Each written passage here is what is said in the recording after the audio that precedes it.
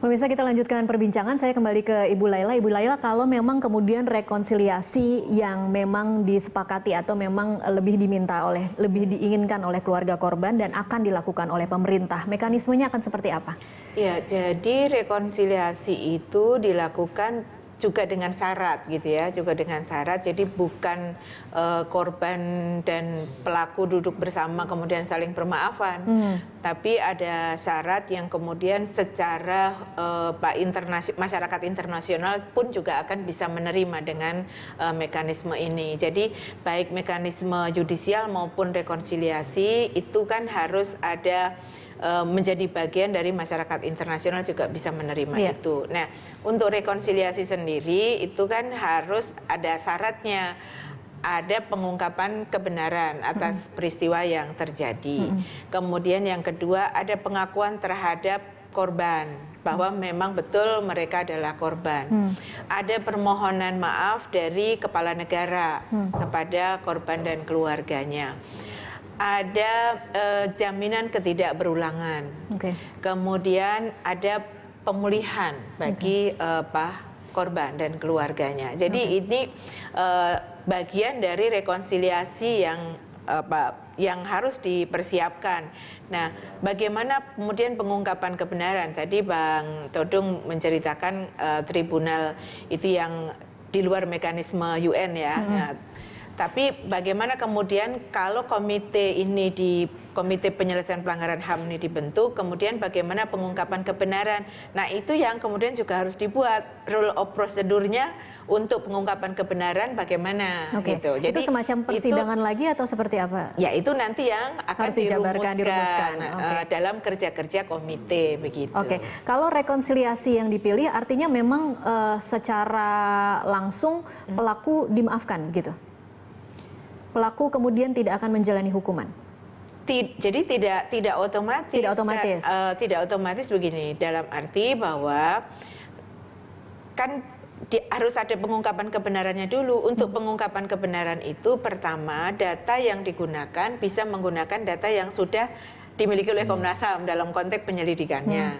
Nah, kemudian kalau kurang maka komite juga mestinya diberi kewenangan untuk memanggil para pihak yang dianggap terkait untuk dimintai keterangan gitu. Masih ada proses seperti itu artinya. Iya. Nah, itulah yang harus dibuat aturan mainnya gitu. Jadi dibuat aturan bagaimana pengungkapan kebenaran itu harus dilakukan.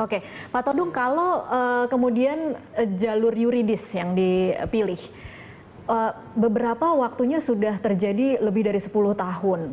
Kemudian kalaupun tragedi yang terbaru misalnya Mei 98 itu juga sudah terlalu lama kan sebenarnya. Bagaimana kita bisa berharap bahwa peradilan ini akan berjalan dan mengungkap kebenaran dengan sebenar-benarnya? Yang pertama harus dikatakan bahwa kalaupun kejadian itu sudah cukup lama ya, kita tidak mengenal kadaluarsa di sini. Ya.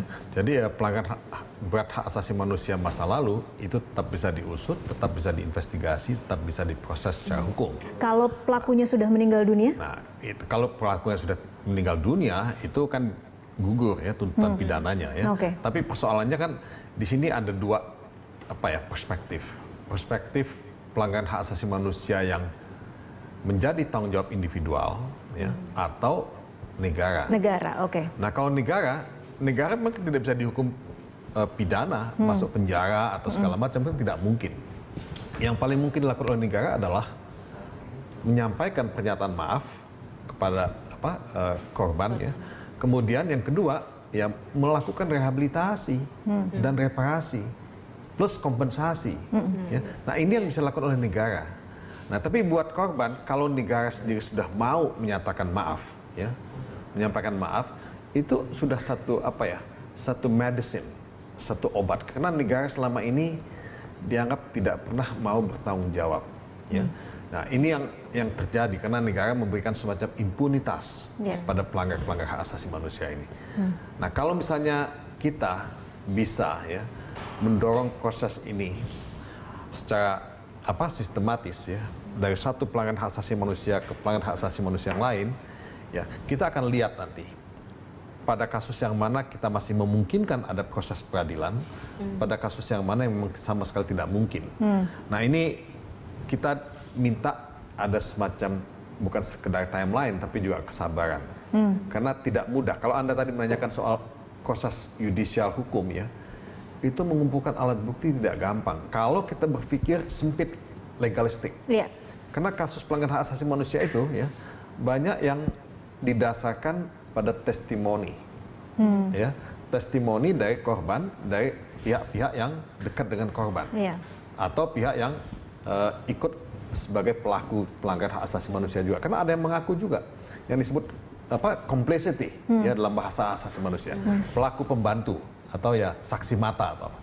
Nah, ini yang saya kira juga mesti dilihat secara satu persatu kasus demi kasus. Oke, baik. Kita break dulu.